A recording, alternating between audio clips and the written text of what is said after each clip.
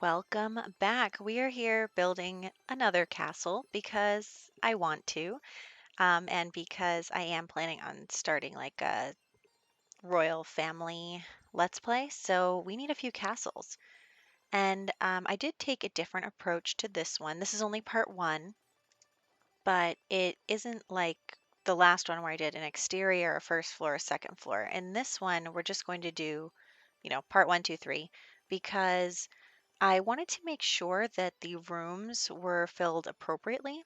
So you'll see here, what I'm going to do is make each room, and then at the end, I'll come back and do the outside. And I decided to do that because in my last castle, some of the room sizes and shapes kind of ended up awkward because I didn't plan it out ahead of time. And I figured that this way, if I make each room and then connect them together, like obviously I have a floor plan in mind, but if I can connect them together, then I won't end up with those awkward extra spaces. And hopefully that'll solve that problem, but we're going to find out together. So far, what you see here is all I've done when I'm recording this voiceover. So we're going to do basically the right side of the castle. And we are starting with the informal living area. So we are going to be doing a living, dining, and kitchen area for like the residents, and then also a formal dining area for like parties, events, that kind of stuff. So that's what we're rolling with. And I decided, to take my time. We are on 8 times speed here right now. And it's because I spent so much time going through the catalog looking for items and different stuff. So I really wanted to take a little extra time, take breaks where I needed it. I think that that's one of my weaknesses is that I just want to do everything all at once and then I get really, burnt out and then start getting sloppy. So we are going to try and avoid that here. And we are, like I said, working on the informal living area. Got this like built in around the TV. I was going to put it above as well, but then I just felt like that looked really boxed in. So instead, we decided to leave the top open there. And then we are adding in the decorative items. I kind of used the couches to decide how big the room should be, and then am coming in after with the decorations. There is some CC in this build, not like an outrageous amount, but little knickknack items are CC. You shouldn't have any problems if you download this though. Just a couple of knickknacks will be missing. I don't really have any CC for larger items. I do have a couple of beds, but I don't know yet if that's going to be a problem, but we'll find out. And I wanted to not do too much clutter. Like I added some on the little shelf here, and then I was going to fill up this table, but I was like, you know what? Maybe it's better not to. Um, I imagine that there wouldn't be too much extra stuff. There'll be, obviously maids and butlers and all this other stuff. So it'd be pretty clean and things would be put away. And now we are going into the dining and kitchen area. And like I said, this is the informal dining and kitchen. So we will have the family, when they're not hosting events, would, spend a lot of their time here and live here in this area. So the part with the wood flooring is going to be the dining room, and the part with the tile is going to be the kitchen. Oh, I also forgot, we are going to have a butler's quarters, I guess butler's room, just a room here in this part as well, and a little tiny bathroom. So we are just trying to decide the size of this room. See, this is why I think that doing the rooms one at a time might be helpful for me because I do fiddle with the size of this quite a bit. And if I'd already built out the entire exterior, then I wouldn't be able to move the rooms around as much as I'd please because it would mess up the outside. So I think that we're learning here together. And the kitchen is going to have the island with the chairs as well. I mean, I say informal, but this is pretty swanky.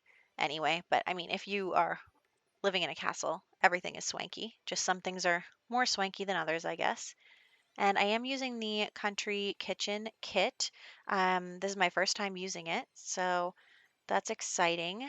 I caved and I bought it, but I think it's nice. It's pretty cute. And then just adding in the curtains. And these are my favorite curtains. I'm telling you, if you're going to buy the movie hangout stuff, do it just for the curtains. They are my favorite. And then we are coming in with some decorative items. There is a lot of wall space, so I did want to fill that up. We're going to add a little table. And it's still a little dark, so I added in an extra tiny mini light connected to the chandelier. Even now, it looks kind of dark in that corner, but you know. So then we are moving into the kitchen. Honestly, I'm a little confused though, because I feel like some of these swatches don't quite match. Like, doesn't that blue look a slightly different blue than the cabinet blue? I don't know.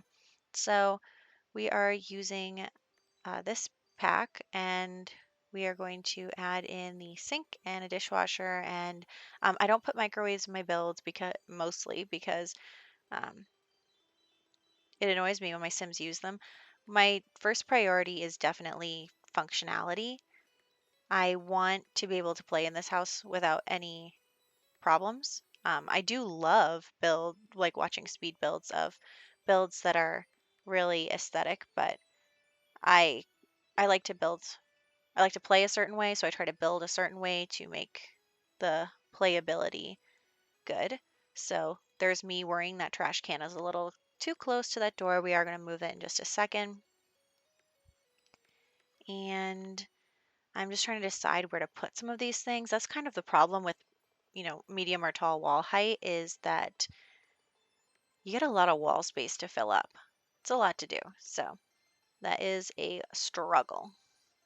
But we are going to put on some wall decorations, a second archway there, and a plant. Then we're going to move the trash can over next to that plant in just a second. But here are the chairs. I am just going to switch it out for an end piece.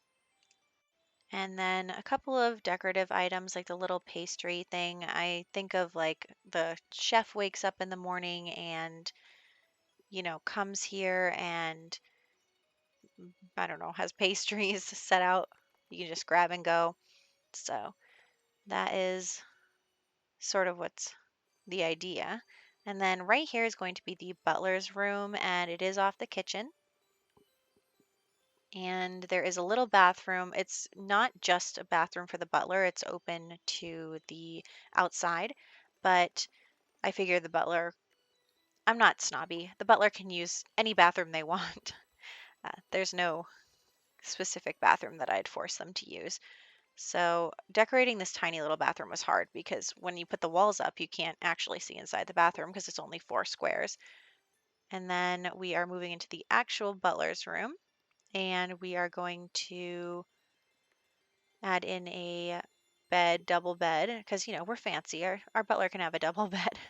And then a little desk area and a bookshelf will go there in just a second. There we go.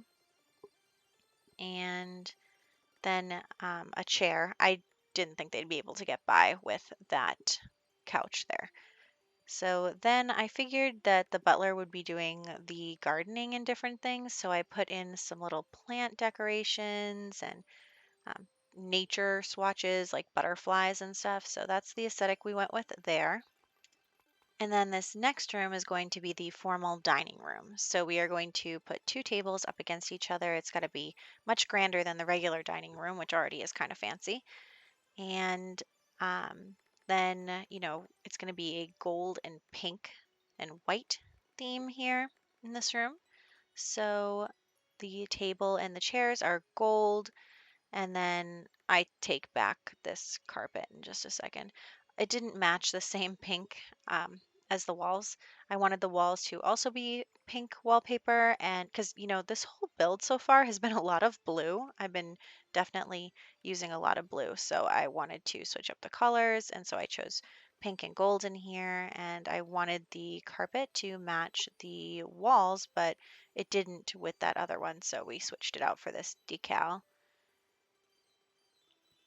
And then I'm thinking about how I'm going to manage the hallway here. So that's why I rearranged the doors. But now we are just going to decorate the dining room really quick before we actually get into trying to figure out the hallway. And I switch out these cabinets a million times because every time I scroll down, I'm like, wait, these are better. No, wait, these are better. So that's what is going on there. And then just some decorations in the middle. And then a couple of mirrors up against the wall, along with like a little kind of bar area. It doesn't have a bar though. It's just looks like that with the cabinets. So people can get drinks themselves. I wanted to make sure to place the bar in like the ballroom area so that, when you do have events here, that the Sims don't try to leave the ballroom to go find alcohol elsewhere. I do move that staircase in a second. It's not exactly where I want it to go. So we're working on the hallway area right now, and what I wanted was to section off the residential area from the public event area. So I am going to add in a wall and a door so that you know if you are having an event over at this residence, you can lock that door and then people won't go over to the residential area. So that's what is going on there. And then I am thinking about how I'm gonna organize this. So I do move the staircase over there, and then we are going to do this room here. And this room is basically like the portrait room or the picture room. So what I do here is because I want to take pictures, there'll be a gallery upstairs. So I wanted to take pictures of like say your king or queen, and then you can hang their pictures in say the ballroom or some fancy place. So I figured it would be nice to have somewhere to take those pictures or do those paintings. So I do set up a photo area and a portrait area so that your Sims can have either or both, whichever they desire. So that is basically all this room is for getting pictures and portraits. So I did rearrange it right there, make sure that we can fit everything in. I wanted the easel to be able to look at the chair, so that's why we reconfigured that so it wasn't on an angle. And then decorating this room was hard too because I didn't want anything to be in the background of the portrait. We don't want to have all this clutter in there. So that's what we took out. And um, then this is going to be the ballroom, this square here. And off camera, I'm just going to make this build symmetrical. And we'll work on the ballroom and the other half in the next part. So that is all for this one. And I will catch you guys next time.